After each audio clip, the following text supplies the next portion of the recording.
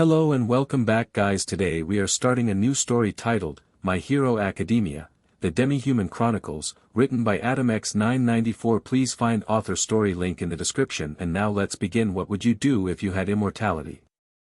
That is a question that many people in their lifetimes have asked themselves. Whether it was a question asked amongst friends, or simply a thought one would have on their own time, every human has an answer to this. So then, if you were granted immortality now, would you be able to live a normal life? For such a question, one young man would attempt to try and do so, despite the tragic path he would have to follow. "I'm sorry ma'am, but your son is quirkless," the doctor said to his mother. The words the doctor spoke suddenly flooded the green-haired boy's mind, while his mother began to speak to him. "Oh dear, you really think there is something wrong? Most of the kindergartners in his class have began to show signs already," his mother asked in worry. "My records say you're a fourth-generation quirk user. What powers do you and the boy's father have?" "Nothing too special. I can float small objects towards me, and my husband Toshinori has a basic strength quirk. They're useful enough, I suppose," the mother said to the doctor. Izuku should have shown signs of one of these quirks or have a combination of both, but after viewing his X-rays I don't think he is going to. You see, when superpowers first began appearing there were many research studies conducted and doctors discovered a link between the bones of a person's foot and their likelihood of developing a quirk, he said, bringing up an X-ray. The X-ray itself showed what looked like the pinky toe having two distinct joints, causing the mother slight worry. People with powers only have one joint in their pinky toes. Their bodies have developed into a more streamlined version of the human form. On his X-rays, it shows he has two joints in his pinky toes, like roughly 20% of the other population. Based on the research that is available, it's safe to say your son isn't going to develop a quirk. I see. While the two continue to discuss some of the other facts of the visit, such as the news of Izumi's powerful quirk, likely the result of a mutation from his father's quirk, Izuku stood up from his seat and went walking through the halls, the bright fluorescent light reflecting off his forest green hair. "Why?" he said to himself. "Why do I not have a quirk? I thought that everyone would get one when they turn 4. So why? Why don't I have one?" He began to cry slightly, unsure as to how to feel in this situation. The watery liquid hit the floor, staining it before whimpering soon followed. However, while the young boy began to cry, he heard another voice speak nearby, while the sounds of popping rocks echoed alongside it. While it was not odd for other doctors to walk around in this place his mother called a hospital, he found it strange that the voice sounded exactly like his. Wiping the tears from his face, he looked up and saw what looked to be a strange entity looming over him. It was wrapped in what looked like strange bandages around what looked to be bones. All it said was, "Why? Why do I not have a quirk? I thought that everyone would get one when they turn 4-inch huh? Who are you?" Izuku shouted. "So why? Why don't I have one? Who are you?" The events playing before his mind looked to be something of a nightmare, as the 4-year-old boy, or rather 17-year-old young man, quickly woke up from his slumber. "What the?" he said while looking around his bedroom. To say it was bare of any sort of decorations would be an understatement. There was but a single bed, a desk, a large bookshelf, and an empty trash bin that he used to throw his scrap paper away. He let out a sigh. "That dream, it's been ages since I've had that dream. But why now of all times?" After getting up from his bed and getting his school uniform on, Izuku went out of his bedroom and over to the dining area, where his mother was preparing a nice breakfast for him. "Oh, good morning, Izuku. How was your sleep?" Izuku greeted his mother with a smile, before moving towards the table. "Yeah, it was all right. Though I did have that strange dream again. I forget. Which dream was that?" "The one with those black ghosts I told you about when I was a kid." "Oh right. You kept having those nightmares when you were a kid. Though I must say, it has been a while since you've had that dream." "Yeah. I just wish I didn't have it," he said to her, before eating his food. He watches the news report that was currently airing on TV, where the reporter in question is sitting beside a displayed image of one Kaizo Makaguro, otherwise known as the hero killer Stain.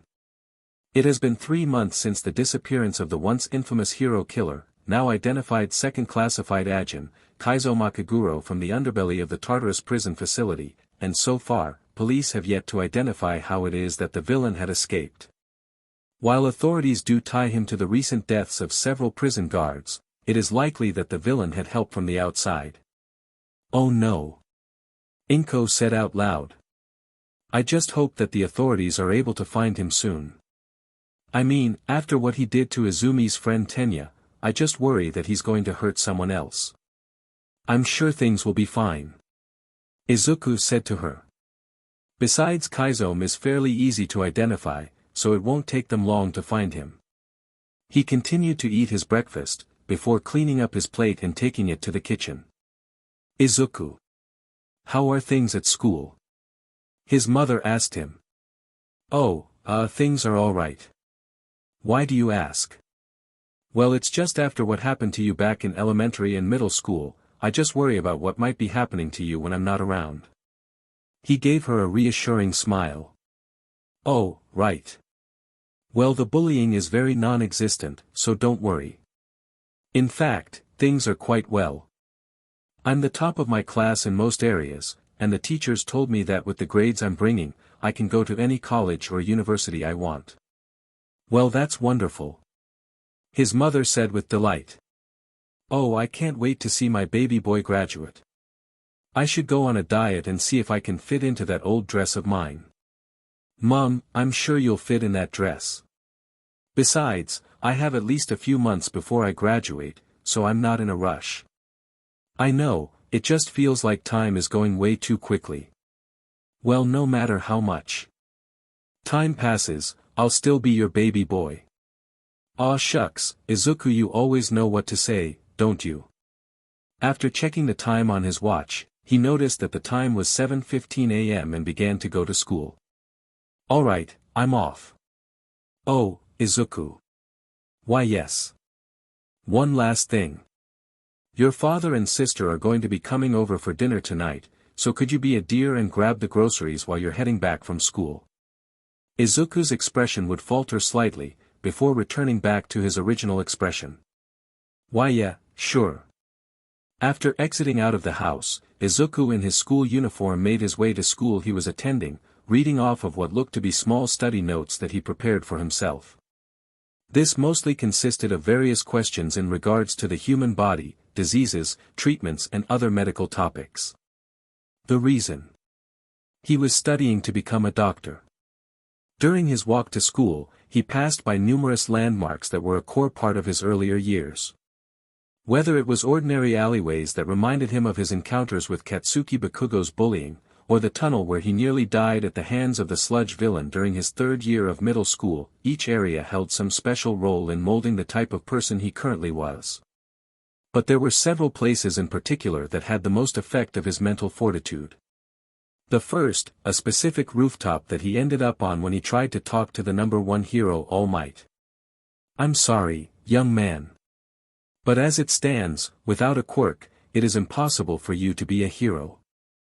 The second place was the academy known as UA High School, where despite All Might's words, he chose to participate in the entrance exam, only to fail due to both lack of combat capabilities, and rescue points. That resulted in the heroic flames that once burnt in his heart to completely die out. He clutched his shirt tightly, trying to calm his wavering heart. Quit thinking about that day, Izuku. He said to himself. That dream is long dead now. You're trying to become a doctor now. Thinking about my old dream is pointless. Yo, Yagi. Wait up for us. A voice called out. 3 boys in similar styled uniforms approached the young man, hanging around him, as Izuku began to go through his study notes. Seriously, Yagi, how come you're cramming in your study notes this early in the day? The boy named Tetsuo said to him. Well, we're about to graduate soon. I don't have a lot of time until the university entrance exams come up, so I want to use it wisely. Izuku said to the boy. Only an aspiring doctor would say something like that. Another boy named Shotaro commented. Dude, do you know who you're talking to, Shotaro? This guy scored in the top 10 in the practice med school exams. Of course he would say something like that. He's built different. Tetsuo, Shotaro, and another boy named Kenji, continued to walk with Izuku, who was continuing to study, before walking along the sidewalk, where some of his school's female students were walking by. There, Izuku would catch a glimpse of someone he had encountered before, but never developed a friendly relationship with. She was someone that, like him, failed in the UA entrance exams, and was forced to consider alternative schooling. That girl, he said as he saw her. Her hair was an auburn brown color, with its style being like that of something from a 90s manga. While she waved at him, recognizing his plain appearance, Izuku was too scared to do the same. Hey, Yagi. Tetsuo called out. Ha.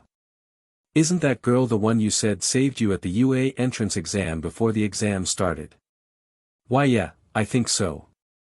You think you can give me a good word to her? Ha. Let's be honest with each other, she's pretty good looking. Even if her family are pretty poor, she'd definitely make a good housewife. I'm not sure that's something I can do for you, Tetsuo. We both didn't speak to each other after that entrance exam. Plus I think I heard somewhere that she already has a boyfriend. Aw man. That SCKS. Tetsuo complained. Tetsuo, I know you're girl crazy, but you really ought to be careful with who you try to pair up with. Kenji said to him. What if she's one of those Ajin Demi Humans? What? No way. A girl like her wouldn't be one of those monsters, Kenji. Well, she sure doesn't act like any normal girl we've seen. Izuku merely looked somewhere at the ground, trying not to engage in the conversation. Eventually, after walking for what seemed to be another 30 minutes, Izuku made it to the school, and diligently went through his schoolwork, while the other students were talking amongst themselves. Alright class, settle down. The teacher said to the class. Now, I want you all to turn to page 247 in your textbooks, on the discovery of demi-humans, or better known as Ajins. This won't appear on the exam, but it's something the school feels you should learn for general knowledge. While the other students upon hearing them began to turn off their brain and stop paying attention, Izuku was fully attentive on the subject. As you all know, Ajins are immortal demi-humans. Supposedly, they never die. Although, we're not sure if that's absolutely true. Based on the general information that the government has been willing to give us, Ajins are capable of emitting a peculiar voice. What the voice does, however, they have not yet told us. Excuse me, sir. Izuku raises his hand. Yes, Yagi. Well, I know this may sound foolish, but with all the quirks that are present in the world, why is it that Ajins are considered dangerous? The class groaned at Izuku's question, having learned to ignore the boy's presence whenever he began to speak. Such a question is reasonable to ask. So don't consider what you asked foolish, Yagi. Oh, right, sorry. While it is true that there are dangerous quirks out in the world that pose more trouble than Ajins, what separates them from those with quirks is well our means of control. Control, sir. Over the years of studying quirks and their functions, we've learned a great deal about them, from the many combinations that come from quirk pairings, to how quirks manifest on the human body. We've even gone and created drags for quirks people want to get rid of permanently. Villains with quirks can be controlled. But Ajins with such powers as immortality pose a different kind of danger. What do you think would happen if a villain who was an Ajin was roaming around this nation of ours? I assume something bad would happen. You are correct in that sense. Now then, let's us move on to the next paragraph. While the teacher began to speak about the topic at hand, Tetsuo, having his phone out, began to show Shotaro a video that he found online. One that had a scrambled title, and had disturbing contents.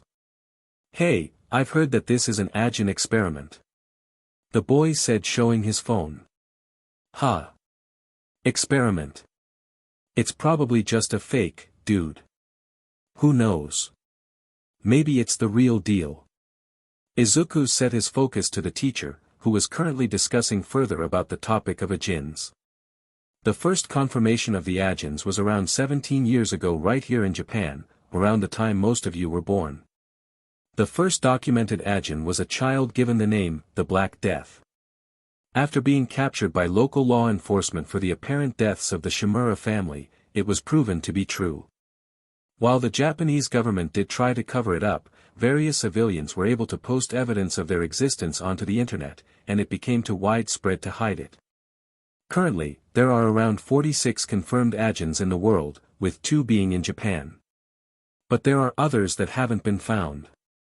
Izuku raised up his hand. Yagi. How exactly does one find an Ajin, sir? Well, the only real way for someone to find out if someone is an Ajin, is if they come back from death. So until each of you has experienced death, there is a strong possibility that there's an Ajin in this very room. Does that answer your question, Yagi? Yes, sir. Tetsuo, now suddenly interested in the topic, stood up from his seat.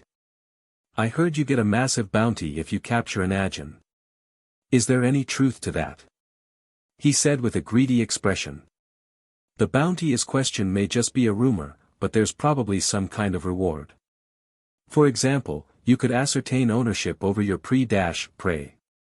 Izuku said out loud. Catching the class's, and the teacher's attention, he stood up, apologizing to the teacher for interrupting.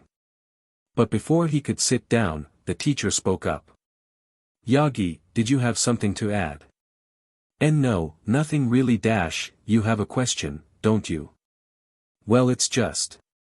From what you were just saying, you make it sound like Ajins are just animals to be hunted for sport. Does that mean Ajins aren't really human?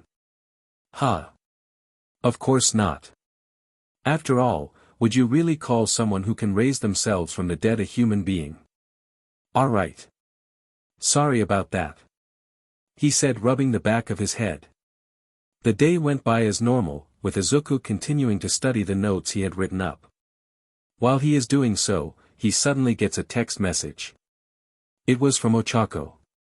He forgot that after the UA entrance exam, that she had exchanged contact info with him, and due to his cowardice, never messaged her. Hey, it's Uraraka. Wow, this is actually the first time I messaged you in ever.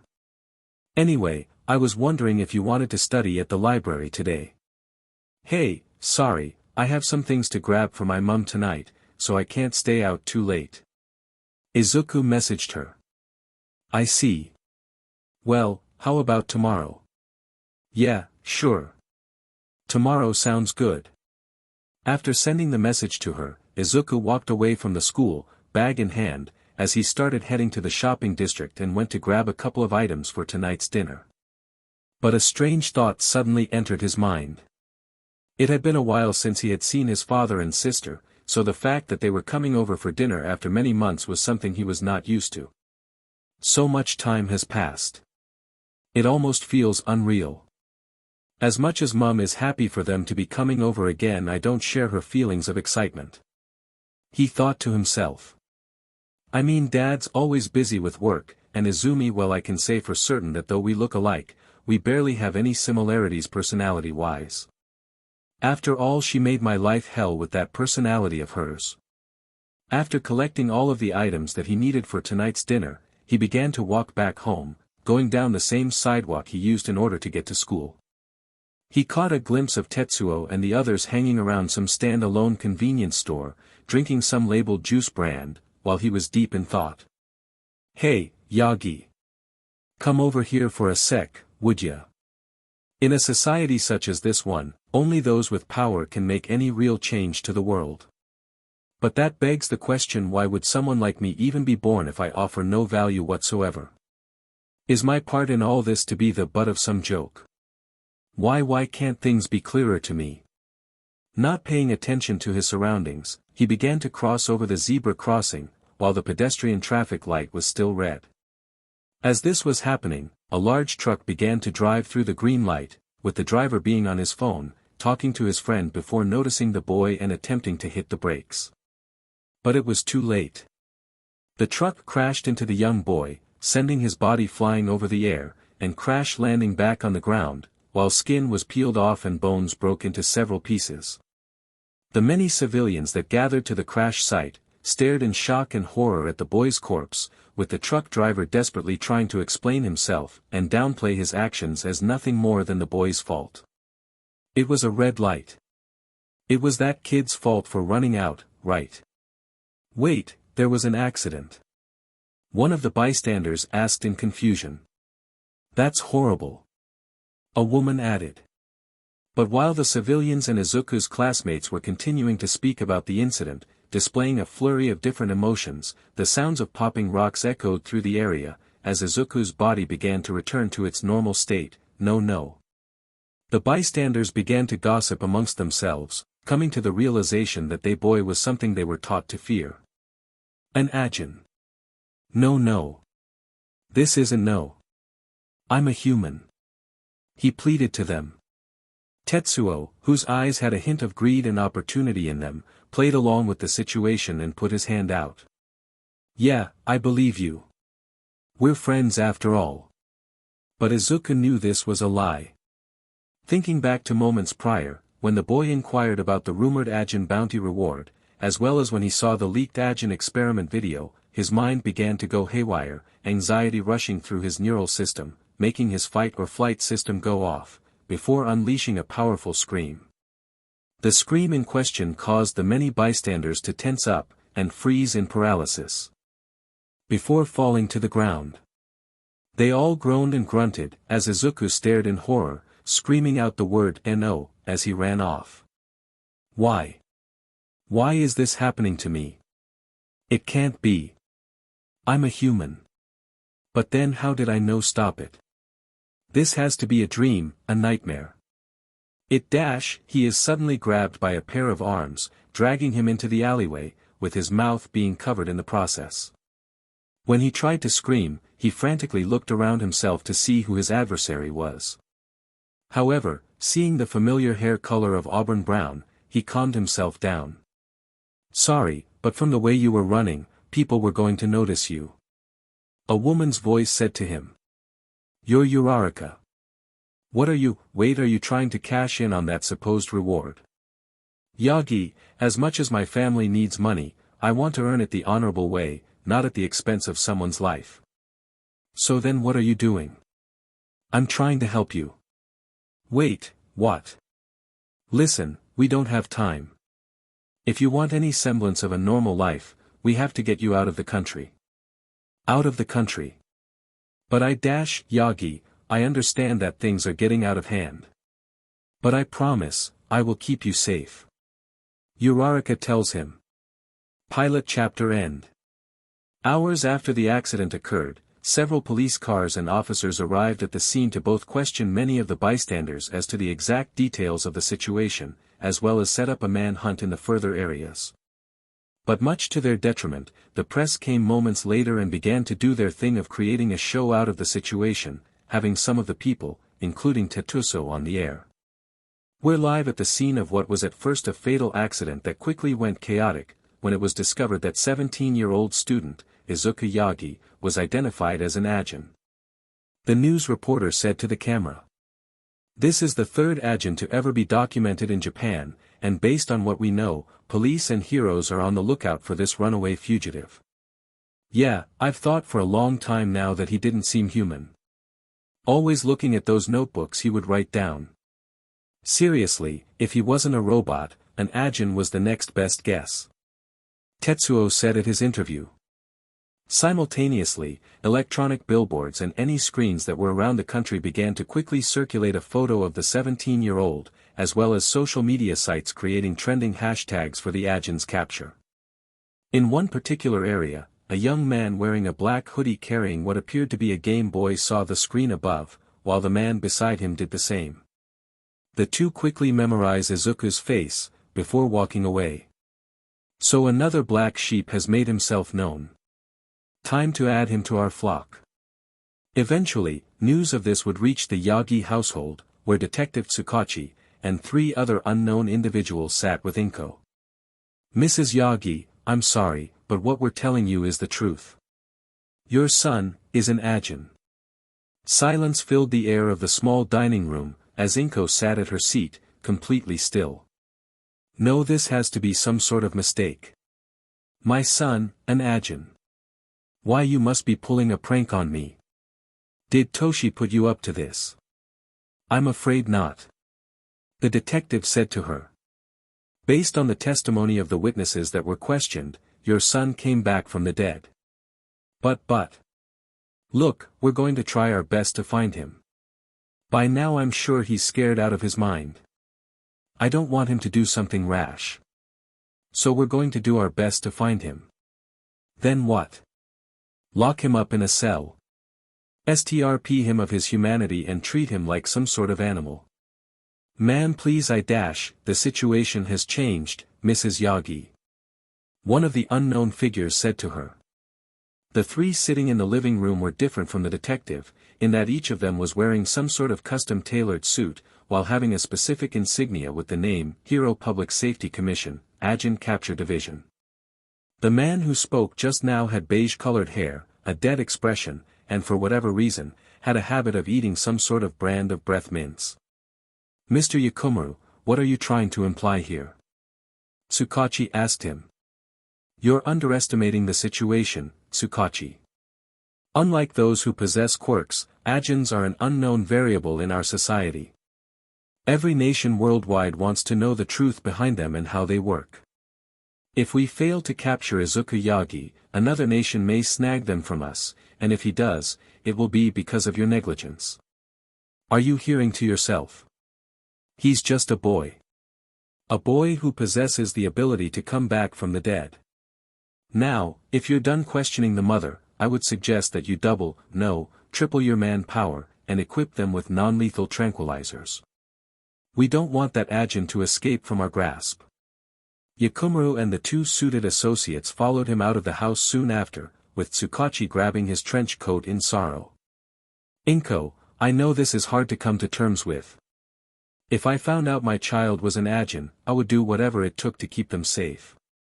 But I need you to understand, if he isn't found by us, someone much worse could get him, and put him through serious torture. If he calls you, please, contact me, and I promise you, myself and Toshinori will protect him." But Inko could not respond to the detective's statement, as all she could do was cry. First her son was cursed with being quirkless, and now he has been cursed with being an Ajin. Why does my son have to go through such a thorny path, she wondered. The detective left the house, before entering his cop car. However, unknown to him, Yakumaru and his 2 associates were already on the hunt for Yagi, with them driving through the quiet roads in a large black car. "Izuku Yagi. Our new Ajin," he said, looking at a photocopied picture of him. "Kigo, how goes it on the search? Has your hold on a minute," he said while humming a song he was playing on his phone. "Great, just great. Nagant, what information do you have on the Ajin?" "The data collected doesn't show much, sir. Yagi is a straight-A student, doesn't have any sort of criminal record, or criminal ties. Aside from being an Ajin, he's a normal citizen." "I see. But there is one thing that stood out to me. And that is his medical report. Aside from a false diagnosis of hypoxia when he was born, at 4 years old, he was diagnosed as being quirkless." "I see. When we get to UA, I want you to speak with the father and the daughter, and ask them about the Ajin. Even though we don't know if Ajin are the result of a genetic mutation, they could have information that could benefit us." "Got it, but what will you be doing, sir? Are you questioning my methods?" "No, Nagant. Make no mistake, we will get this Ajin. All you need to do is follow my instructions, and be thankful that you're on the correct side of history." The man known as Kigo began to speak to Yakumaru, having ended his humming session with the song. "Sorry about that, boss. Now, what was it that you wanted to ask me?" "I was trying to inquire whether your black ghost has found him." "Oh, that. No. Hawk wasn't able to find anything. Whoever this kid is, he's pretty quick on foot. Then that poses an unfortunate problem. He's been given an opportunity to come up with a plan of escape. Even if he is a teenager, I don't want anyone to underestimate him. If you want, I can send Hawk out again. No point. He'll show himself when the time comes. Besides, his picture has been displayed to pretty much every screen in all of Japan. Surely one person can identify him. Speaking of Izuku, currently he was temporarily residing in Ochako's room, hiding from the authorities, watch the news report about him, as well as try to rationalize the situation. Okay, Izuku. Just calm down. Just assess the situation. You've just discovered you're an Ajin, which means that your only objective is to evade the authorities and flee the country. Man, so much is happening in way too little time. He thought to himself. And here I thought my first time in a girl's room would be under better circumstances. Like my wedding night, or simply a study session. But no. It had to be when I'm getting chased by the authority. The door opened, with Ochako coming into the room wearing what seemed to be some dark blue clothes on, with a backpack strapped over her shoulder. She began to approach before handing him a large dark blue shirt. Here. Oh, thanks. I didn't even know you had men's clothes. He said before reading the label. Oh, never mind, this is a unisex shirt. And it fits. I got it from a shop a friend of mine recommended. I didn't know whether it was too small, since that one barely fits me. Ha! This barely fits you. He thought to himself in surprise, comparing the shirt to Ochako's figure. Okay, Yagi, Atheon apparently has an Ajin protection bill that gives sovereignty to any who have been identified as an Ajin. But the next flight doesn't leave until tomorrow morning at 8:15 a.m., so until then, we can't have you roaming around the country in the public eye. Luckily for you, I have a place for you to stay at. Ochako said to him. Wait, for real? Yes. We're going to one of my dad's old construction sites. Some time ago, he had a contract with some big shot from the upper class, but things broke down with how the building was to be made, and the site has been abandoned ever since. I think the guy's name was Yao something. Anyway, fortunately for us, no one's been bothered to tear it down, and there are some rooms that have already been constructed and fixed up with electricity. Hold on, why can't we just stay here in your place? I doubt anyone saw us, so it's not like we're in too much danger. While I do see the logic in your question, we can't run the risk of being caught while we have the time to make our next move. Good point. He answered. Now, the best case scenario we have, is that I can get you on a plane to the country just as it departs. Worst case scenario, we'll have to come up with a different method for your escape. You know you'll get in trouble if they found out you were helping me. Are you sure you want to do this? Yagi, despite what the news and the people say. You're still a person. A person who has value. Besides, even though I'm not a licensed hero, when someone needs help, if I have the power to, it is my choice to save them. Even if they don't want me to. Izuku felt a sense of sincere gratitude. Not many people had been kind to him in his life, and many that were often only needed help with whatever problem they had that he could solve. But aside from his mother, this girl was giving him kindness. Now, I've finished packing some supplies for you, this should for a while, and I'll stick by you until we get you on the next flight. Wait a second. Wouldn't all of the airports and ports be closed off to keep me confined here? Maybe. But if there's even a small chance for you to get on that plane and escape, then we're taking it. Now come on, we gotta get going. After exiting the apartment, the two hop on a small moped that Ochako's parents bought her for her birthday last year, quickly driving through the streets. Please tell me you know how to drive this thing. Relax.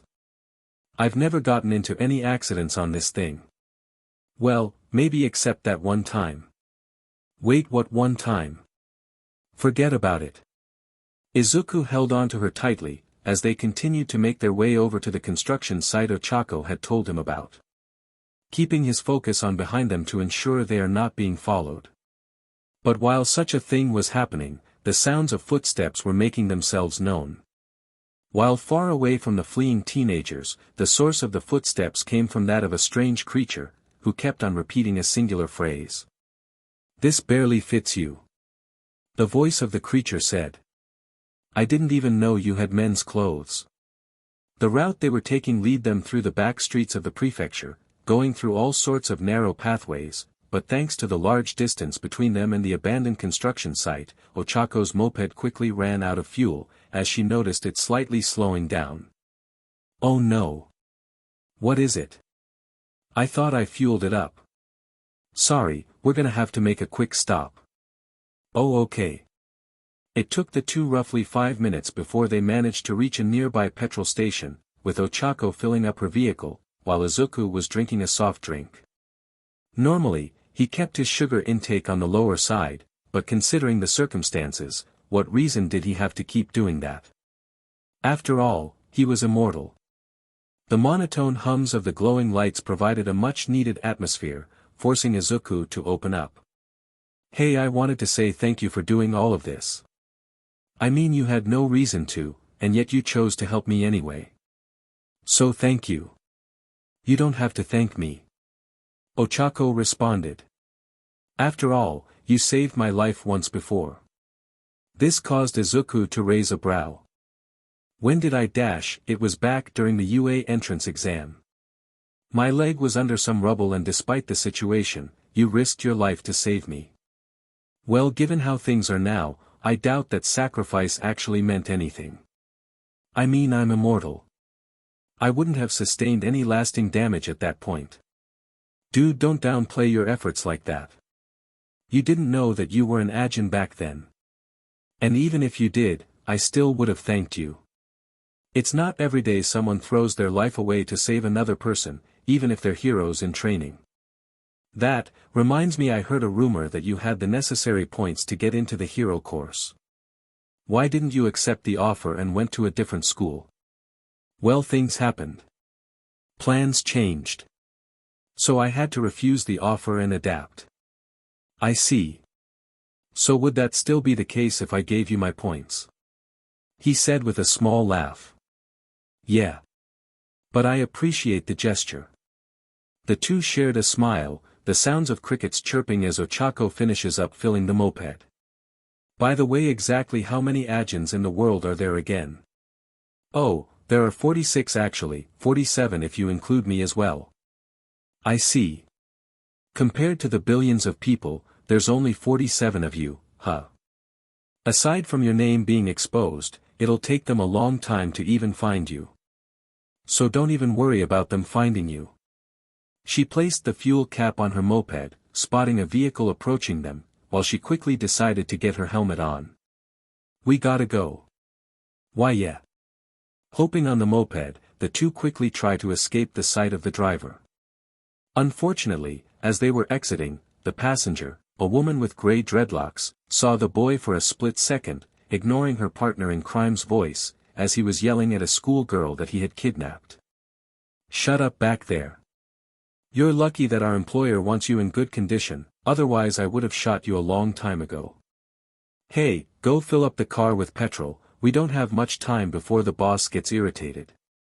But she did not respond to him. "Hello. Earth to needle hair. Victor, didn't the news report that an Ajin was discovered not too long ago?" Yeah, I guess. Why do you ask?" The woman known as Needle Hair looks her phone, frantically going through the internet and finding an image of Izuku, which had been posted online on news sites along with a vague text of a reward for 100 million yen for his capture. Her mouth formed a twisted grin as she pointed to the fleeing moped. "You've gotta be kidding me. That Ajin is on that moped. What? Quick. We gotta get him before he flees. But turn the car's headlights off, we don't want them spotting us." Following her instructions, Victor began to pursue the moped, making sure not to catch Izuku, or Ochako's attention. However, Izuku was feeling irritated. A sensation that many people are afflicted with when they consume large amounts of liquid. He proceeded to tap on Ochako's shoulder, getting her attention. "Hey, Ochako." "Huh? What's wrong?" she asked him. "I know it's not a good time, but I really need to use the bathroom." "I see. Do you think you can hold it in for a bit?" "And no. I haven't gone to the bathroom since about 2 o'clock. "Okay, we'll stop off somewhere. But you better be quick, okay?" "I promise to be quick." After stopping at the side of the road, Izuku hops of the moped and into the woods, where he begins to relieve himself. Taking the time to check himself, he is surprised to find that after the car accident, all of his parts were intact. Bones, and all. He sighed in relief upon coming to this realization. Okay, so it comes out normally. That's good. Guess being an Ajin has its perks. All my organs are in the right places again. As he was minding his business, Needle Hair and Victor, who had gotten out of the car moments prior, snuck up behind him, intending to catch him off guard. But being the paranoid boy he was, he instinctively looked behind him, seeing the two villains approach, crying out loudly, before Victor, using his finger guns, shot him in the chest.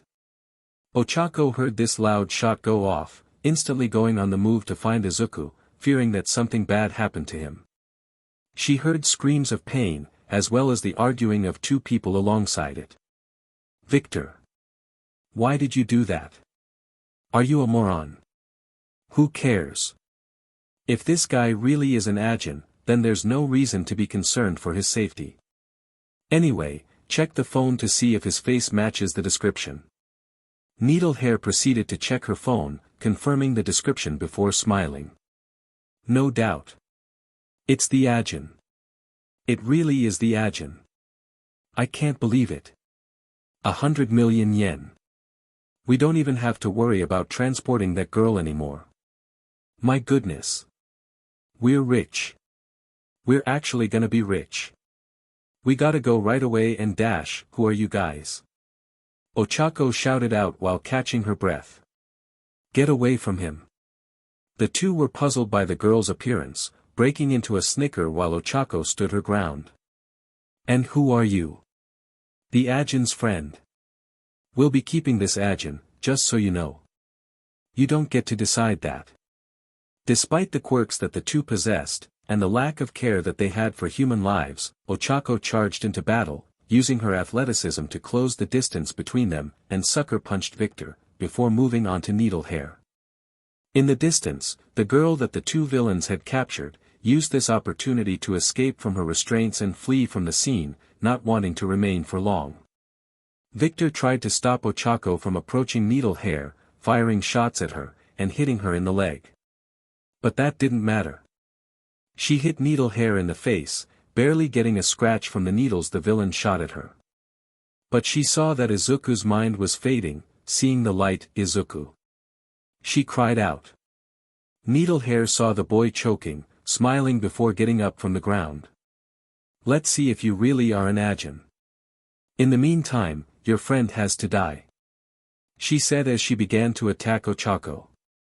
Izuku began to spit out large amounts of red water, choking on the lack of oxygen entering his lungs.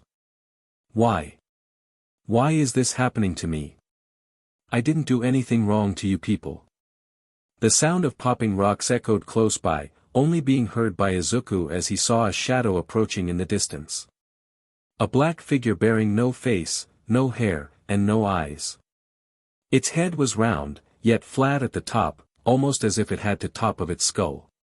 It began to move towards the two villains, its claws beginning to show themselves, as it was ready to attack. "Just leave me alone." Izuku tried to speak out loud, "All of you just leave me alone." Though the black figure continued its pursuit, Izuku's consciousness faded, as his body went limp, dying from the large amounts of water loss. "Izuku!" Ochako shouted. This caught the two villains' attention. What? I thought they don't die." Needle Hair shouted. You monsters." Ochako lunged onto Victor, forcing him to the ground, as she hit him senselessly. The black figure on the other hand, merely stood by, as it repeated the same words Izuku last thought of moments ago. Why? Just leave me alone. I didn't do anything wrong to you. Just leave me alone. Victor got the upper hand in the fight, quickly kicking Ochako off of him before aiming his finger guns at the girl. I've just about had it with you. Now die. He shot at Ochako with full intent to kill the girl with little care. While he had hoped for the bullets to go through her without issue, something stopped them from doing so. Something they couldn't see. The black figure, who had moments ago stood by during the altercation, towered in front of Ochako, protecting her from the incoming gunfire. What on earth? Victor. How did you miss? I didn't. Is this her quirk? Never mind that. The Ajin's dead. What? But that's when Victor saw Izuku. He was hunched over, examining his chest, as he breathed heavily. His stress began to overload to such a degree, it caused him to scream out, forcing the two villains to be subjected to temporary paralysis, all while Ochako stood still, only affected for a few seconds. Ochako, are you okay? Can you move? She breathed heavily as she was now able to move. Yeah, I'm alright. That's good. I'm sorry about this. If I didn't need to go to the bathroom, we wouldn't dash. It's fine, Izuku. You didn't know this would happen. For now, let's get out of here. Nodding his head, the two got back on the moped, fleeing from the scene, while Izuku had a puzzled look. He saw the black figure standing still, turning its head towards them, not moving a muscle, before the moped began to drive away. What is that thing?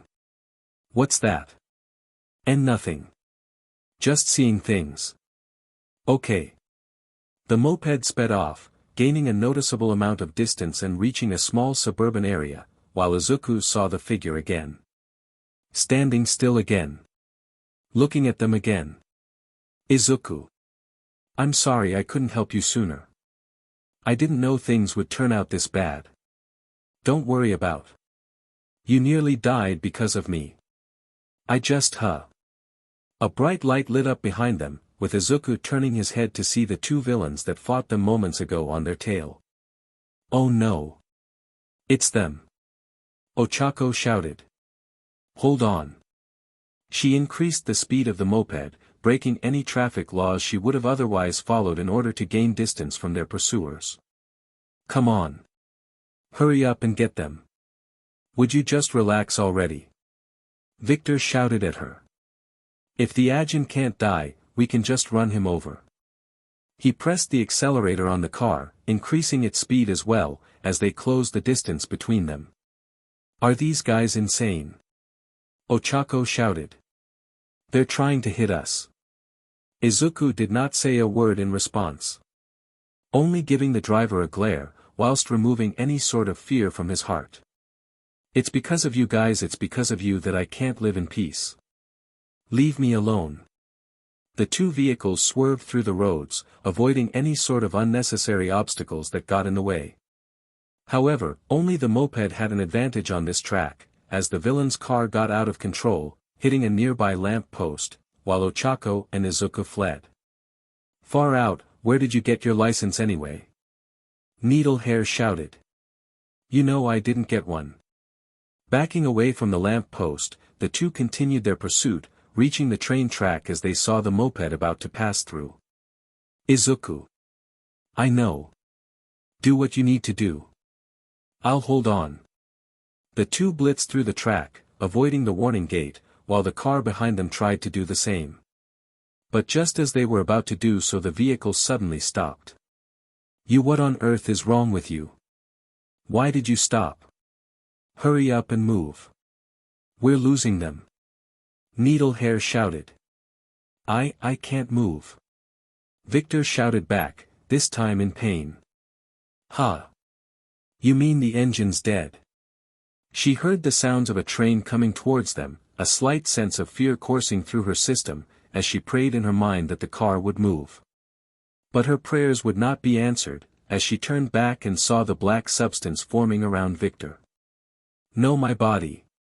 It won't move. Needlehair began to panic, as she saw the substance shape itself into a figure, protruding its head out, before it began to speak. I didn't do anything wrong. Just leave me alone. All of you just leave me alone, the woman began to scream out violently, as the black figure's hand approached her. The blinding light of the incoming train made the figure look like something off a horror film, causing her to go insane, before the incoming train collided with the vehicle, killing both of the villains. The black figure, however, merely regenerated back to normal, repeating the same phrase, over and over again. Just leave me alone. Our focus is soon brought over to UA High School, where Nagant was tasked by Yakumura to ask Toshinori and Izumi questions in regards to the now revealed Ajin. Izuku. You wish to speak with Mr. Yagi and his daughter? A monotone yet stern voice asked. That is correct, Eraserhead. I've already gotten the express permission from your principal to do so. But must it happen now of all times? The students are just about to be given their scheduled dinner. Eraser address me as Aizawa. We're currently not on duty, so using my hero name isn't necessary. She let out a slight sigh. Okay, Mr. Aizawa. Regardless as to whether or not your students are about to have dinner, we're currently on an investigation on a matter that regards the two Yagis at this academy. So cooperate with me. Aizawa took a look at the insignia on her uniform before letting out a sigh of his own. You suspect either of them being demi-humans. As of right now, unless you have seen the info on the news, I am not obligated to say anything. I see. Then right this way, Miss Nagant. As Nagant walked through the dorms into the main area, she noticed the many looks staring directly at her. She noticed one of them in particular stare at her.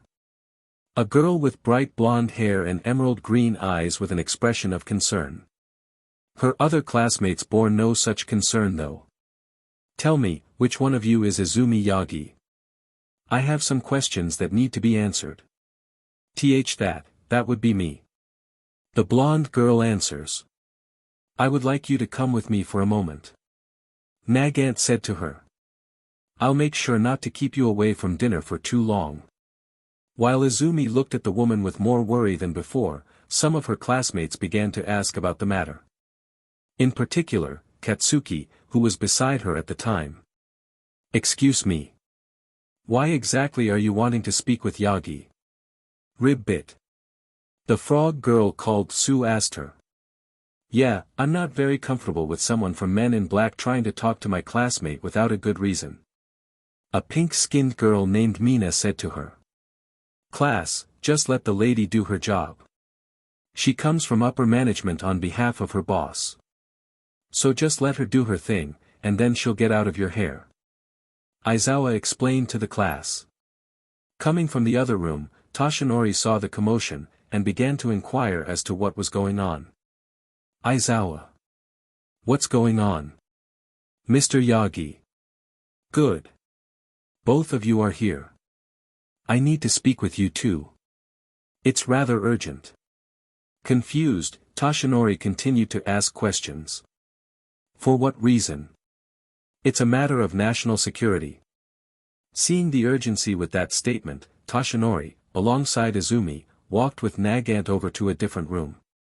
A room far enough to have no one eavesdrop on their conversation, but close enough to ensure that the two were still on campus. Nagant began to speak. Mr. Yagi and Izumi Yagi. Are both of you aware as to why it is that I am questioning you and your father? And not really. I've been a bit busy with training and stuff, so what problem with national security was so bad that you needed to speak to us about? Well, there's no easy way of telling you this.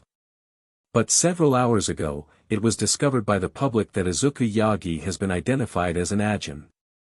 Like Inko did before, the two Yagis before Nagant began to believe what this woman was saying was utter nonsense. I'm not sure what kind of game the Hero Public Safety Commission is playing here, but there must be some kind of mistake. Toshinori said to her. My son is not an Ajin. We understand your concern, Mr. Yagi. But what we are saying to you is not an elaborate joke. Earlier today, your son was involved in a car accident that resulted in his death. When emergency services were about to be called, that was when the public knew of his status as an Ajin. But how can that be? The exact reason for why people become Ajin aren't exactly clear. Where someone can become an Ajin if a parent is an Ajin is something that hasn't been proven. So what, you're going to see if I am an Ajin? No, with all due respect of your service as All Might, the HPSC has no reason to suspect that you're an Ajin. So if that's the case, then why are you questioning me and my daughter? We need to gather facts about the Ajin to establish some other countermeasures besides what we already have. See countermeasures. But he's just a boy. A quirkless boy at that. And we understand that. But Ajins aren't exactly helpless. Now during the course of your life interacting with the Ajin Izuku. Toshinori said sternly. Okay, during the course of your life interacting with Izuku, was there anything about him that seemed strange? Well, in that regard, I can't help you. He and I haven't had the best relationship. Oh. How so? Well, given the nature of my work, there were times where I had to sacrifice my time with my children to go out and save lives. But even during my days off, there were times where I had difficulties bonding with my son. Can you elaborate on that point, please? Well, whenever I did have time off, a part of me always chose to focus on myself rather than trying to connect with my children, especially my son. Sure, we bonded over heroes, and I helped him when he had homework that needed help being done, but other than that you could say our relationship is strained. Equal to that of acquaintances. So the Ajin doesn't have a good relationship with his father. Perhaps mindset has a role when it comes to an Ajin's development. Nagant thought to herself. She turned to Izumi, staring into her eyes before shifting her posture. Izumi, being Izuku's brother, would you remember anything strange between you two that might indicate something? Well, as far as our relationship goes, ours is also strained. I mostly hung out with Katsuki, and any time we did hang out, we weren't always on speaking terms. Nagant sighed at this lack of progress. I see. However, I do remember one thing about him that was worrisome. Had my mother staying awake for days. Oh. And what would that be? Shortly after we got our quirk diagnosis, my brother kept saying some weird things. Things that at first made me a bit scared, but made me have some rather opinions about him. He kept making claims of seeing this strange thing that followed him. A black ghost is what I believe he called it. A black ghost. This reaction caused the two to look at her with a strange expression. Nagant, seeing the error of her conduct, returned to her emotionless look. Sorry. A black ghost, you said? Why, yeah. He would have nightmares about it, even trying to claim that it was following him, repeating the words he said over and over again. Does that help? Yes, it does. Thank you for your time. After she left the room and later on the dorm room building, she began to call Yakumura's number, her expression quickly changing to that of slight annoyance. Mr. Yakumura. Nagant. Did you gather any information on the Ajin? Not much. But we might have a problem. How big of a problem? That depends. Based on the testimony of the Ajin's sister, it appears that he's been an Ajin for a long time. How long? Taking into account his current age, 13 years or so. I see. Mr. Yakumura, do you have any information on the effects that time span has on an Ajin's capabilities? No, but that only increases our necessity to capture Izuku Yagi. Kigo and I will continue our search over in the lower prefectures of the country. You return to headquarters and get ready to search the north. Oh, on it, sir. While Nagant hung up the call on her phone, she was unaware of the creature that was hiding amongst the nearby trees. While most of the creature's design was currently covered by the large tree leaves, it appeared to be sporting some sort of strange hand-like appendages wrapping themselves around its torso. Its head, however, was certainly strange, as it looked like something attacked it, and left several claw marks on it. So they're searching for him too. Better tell the boss. The creature soon began to depart, with Aizawa noticing the strange movement from the trees from the window. While he did not suspect anything, his gut was telling him something was there watching them. Chapter End.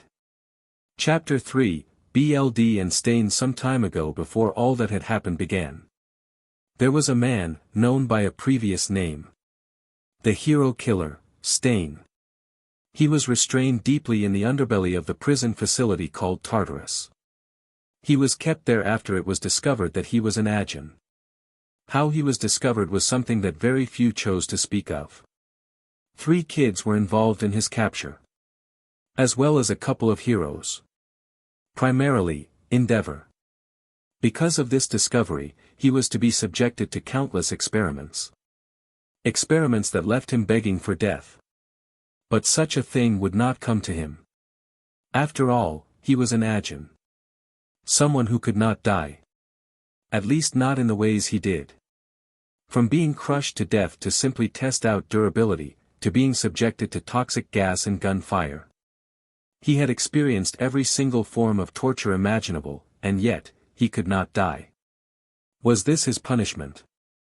A means of retribution for all the lives he had taken? He did not know, nor could he. It had been so long since he had seen the outside world that he didn't know how much time had passed.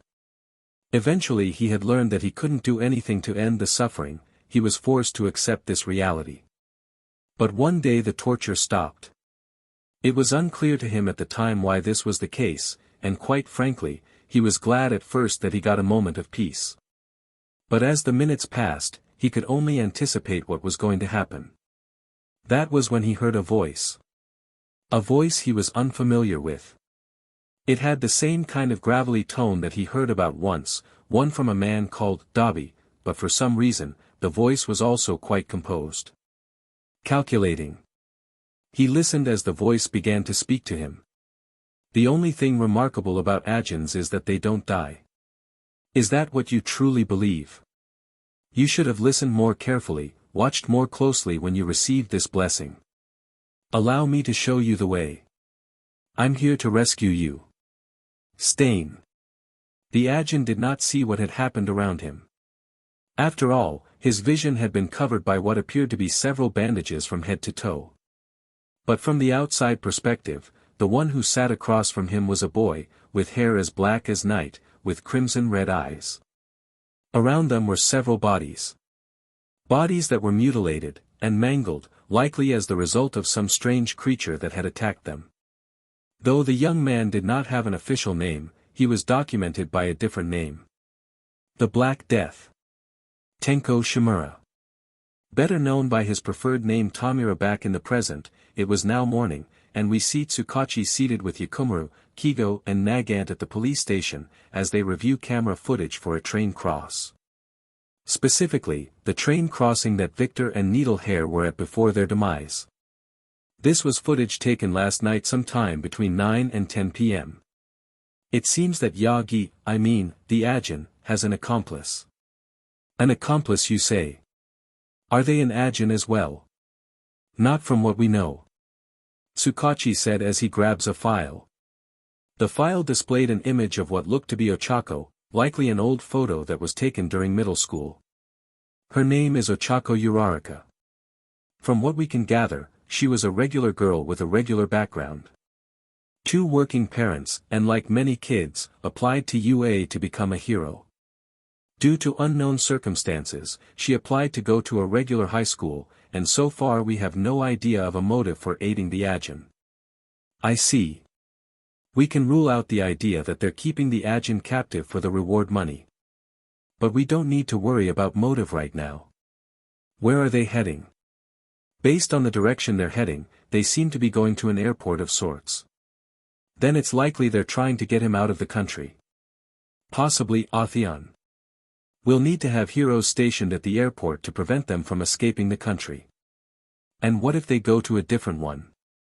Please, that vehicle they are using won't get them far. Besides, if at some point it is discovered they have changed their course, then we can just utilize the many heroes this nation has.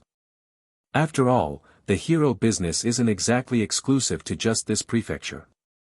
No, it isn't. Then it's settled. Have the heroes in that area stationed at the airport as well as any docks. The Ajin may try to escape by boat if their plans go awry. And what happens to the girl? She will be tried accordingly. She may be trying to help him, but he is still an Ajin, and as such, her crime is to be treated as her assisting a fugitive. Why yes sir. As the police detective began to move out, and get all heroes assembled, Yakuma returns to his two Ajin enforcers. Nagant, Kigo, I also want you to head over to the airport with them.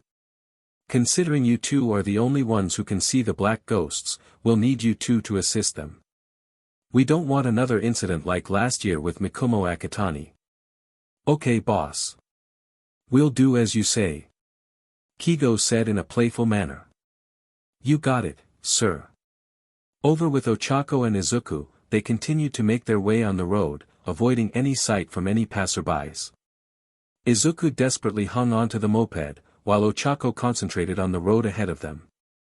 It's likely that by now, the entirety of Japan has witnessed the news reports on your discovery. So things are going to get a bit dangerous from here on out.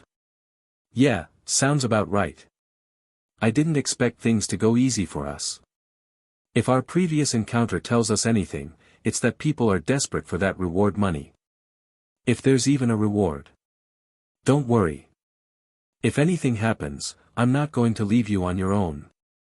If you have an idea, then I'll trust you. While the two continued to ride on the moped, a thought began to cross his mind. Was it really in his best interest to continue dragging Ochako in this? Would she not be in danger if she continued to help him?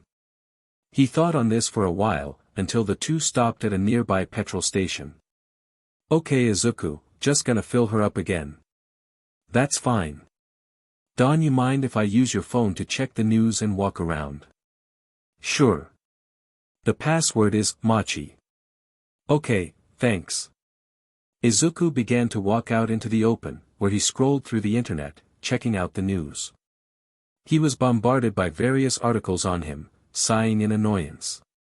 Seriously, I can't even look at the weather without seeing my face online. His annoyance only escalated when the phone suddenly buzzed from a call. Not paying attention to the caller ID, he pressed accept call, and simply began to go off. Hey, whoever this is, I'm sorry, but Ochako's busy filling up her moped with fuel, so please call back at a different TI-. Have you ever seen a black ghost? Izuku's attention was caught upon hearing this. Having silenced himself, he cursed under his breath for his carelessness. But that wasn't his main concern right now. Who was this that was calling him? Was it someone like him, or was it someone who was knowledgeable of Ajins? He hesitated to speak, choosing to remain silent on the call.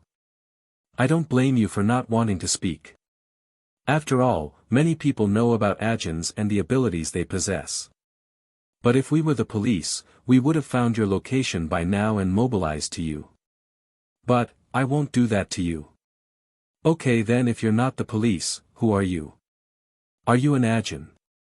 Ah, so you speak. Good. You are correct. We are Ajins, we.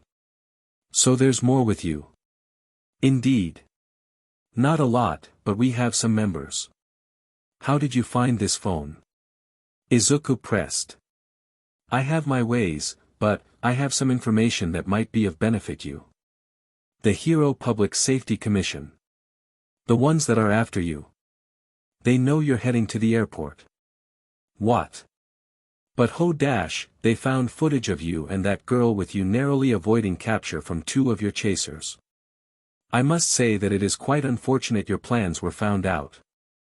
Fortunately for you, I want to offer you my assistance. Your assistance? Yes. Myself and a few associates are part of a special organization with the intention of helping Ajins. Helping Ajins, Well, no offense, but I think I am doing pretty good so far. Is that right? Tell me, what do you think will happen to your friend after you escape or get captured? This caught Izuku off guard. If they've found out her identity, they're likely to hunt her down and imprison her. All because she decided to help you. Now, knowing you, I'd think you would want that for her, so I'm here to give you an opportunity to free her from this fate. What do you say? Izuku couldn't help but admit to himself that he found the idea to be beneficial. Ochako had helped him so much over this period of time. But now that her identity was exposed, he didn't want her to suffer anymore. He began to speak again. Okay, you have my attention. Good. There is a place we can meet up at, so bring only what you believe is essential. Do you have transportation? No. I see. Then you'll have to go by foot. Head on over to the Beasts Forest in the Nagano Prefecture. There, you will see me and my associate. Okay. But what should I call you?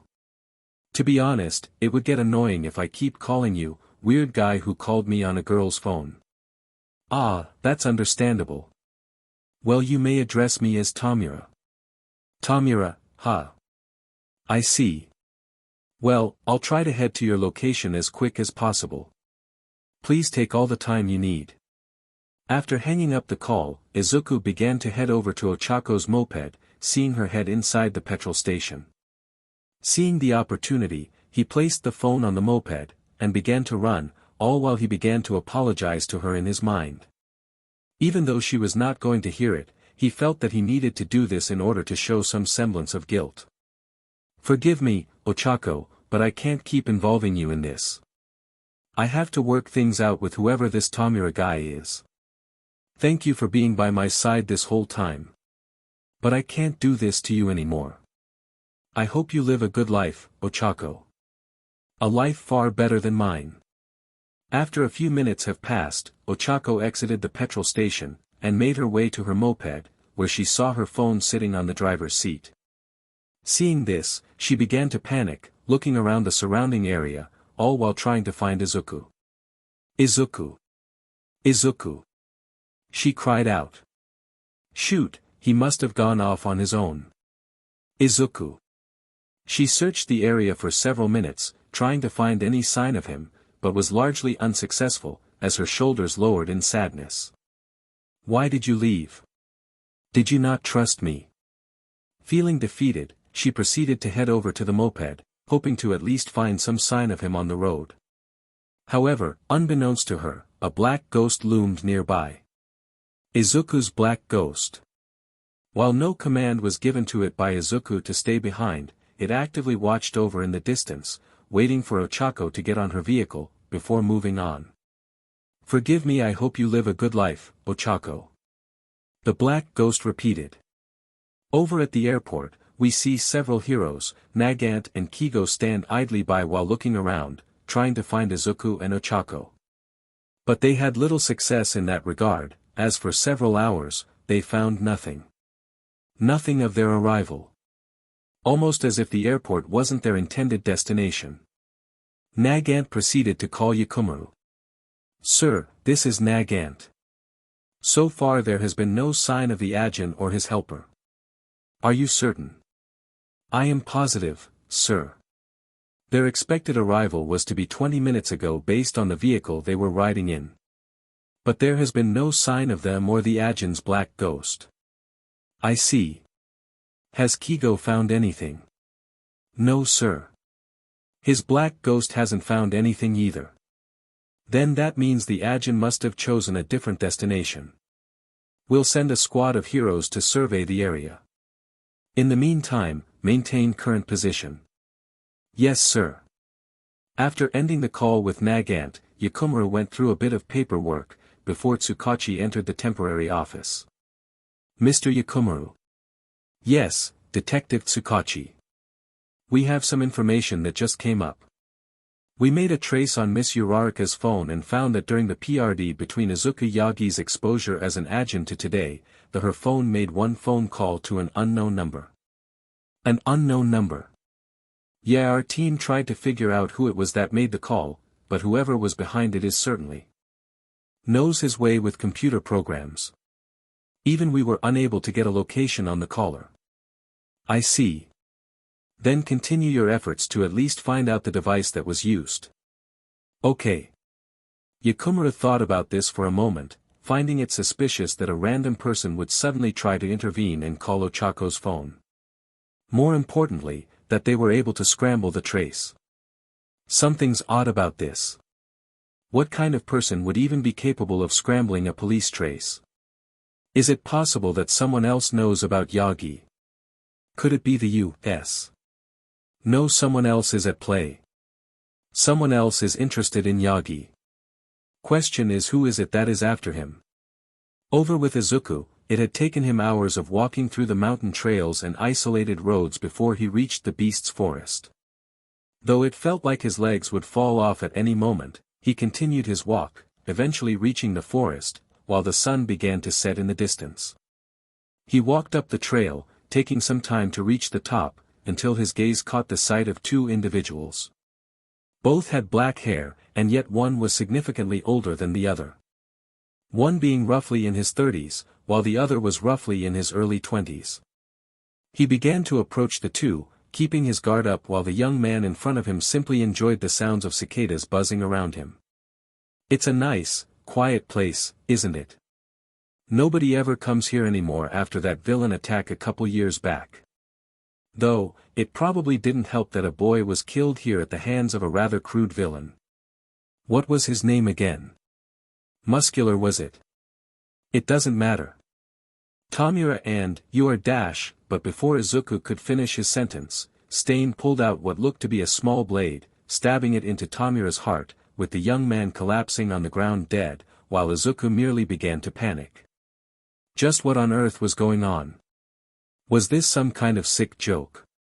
As his mind continued to pump adrenaline through his system, Tamura suddenly began to awaken, the knife stab no longer being present.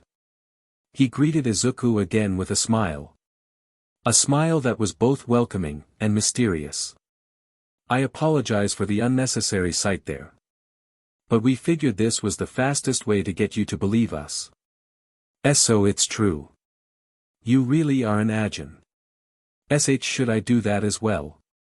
Tamura merely waved his hand and head in a horizontal motion. No, you don't need to do that. Besides, the news has already televised nationwide of your status. You're practically famous now. So is my friend here, but let's say the first time wasn't because he was an Ajin.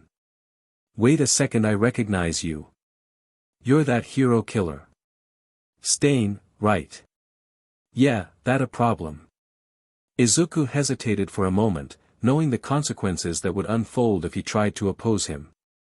But Tamura merely began to speak again, avoiding what could have been a fight.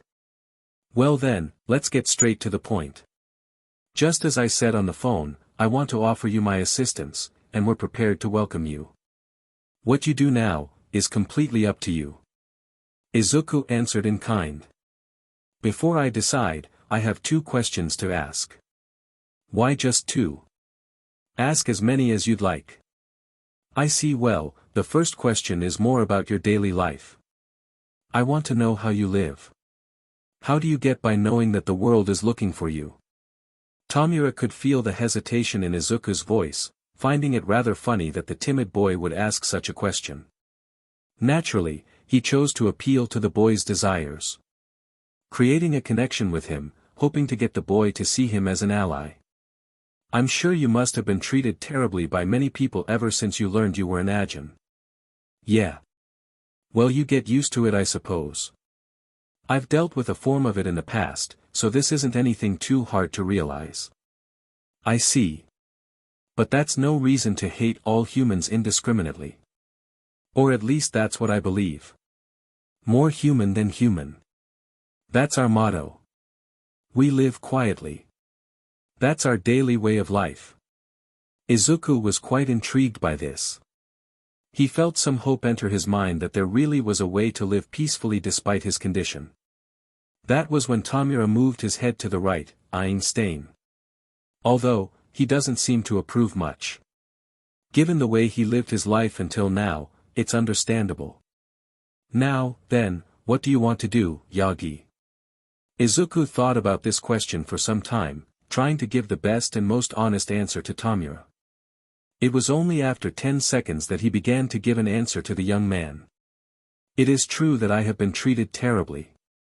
There are definitely people in the country that honestly sicken me. Who are horrible because they feel like it. But like you, Tamura, I don't see every person as an enemy. All I want is to live a normal, quiet life. Stain chuckled at this, catching Izuku's attention, before Tamura lifted his arm up, stopping the villain from his actions. Yagi, I understand your feelings perfectly. But look, there is one thing I want you to remember. I told you earlier that our motto was to live quietly. But if something awful were to happen to you, or if you were captured, then that's a different story. If that should happen to you, I won't rest until I do whatever it takes to rescue you. Just like I rescued him. Upon hearing this, Izuku's eyes began to widen slightly. But not in admiration. Not in the longing to trust the young man in front of him. He had recalled earlier that there was a news report of Stain's escape from Tartarus. How several guards were killed on the day that the villain had escaped. Was Tamura involved in their deaths? He did not know for sure. But what he did know, was that he had every right to be suspicious of him. From the words that came out of his mouth, to his very demeanor, every fiber of his being was telling him one thing. Run. So, what was your second question? Oh, sorry, I spaced OU dash. Before Izuku could continue to answer, a tranquilizer suddenly shot out from the nearby foliage, hitting a nearby tree, while the three got into a defensive stance. A tranquilizer gun. Tamura shouted. Hold on, the police. Get down Yagi. We're under fire. Izuku was about to follow Tamura's directions, when he suddenly saw something coming towards him. It was a black ghost. His black ghost. For whatever reason, it rushed violently towards him, reaching out its hand, almost as if it was attempting to push him away from something. But as confusing as the situation was, the black ghost was unsuccessful in its rescue attempt, as a tranquilizer suddenly pierced Izuku's chest, injecting the substance into him, causing him to fall onto the ground. Yagi. Stay with me, Yagi. Tamura said, displaying concern. As Tamura shook Izuku, trying to keep him awake, Izuku stared at him in the eyes, muttering something under his breath.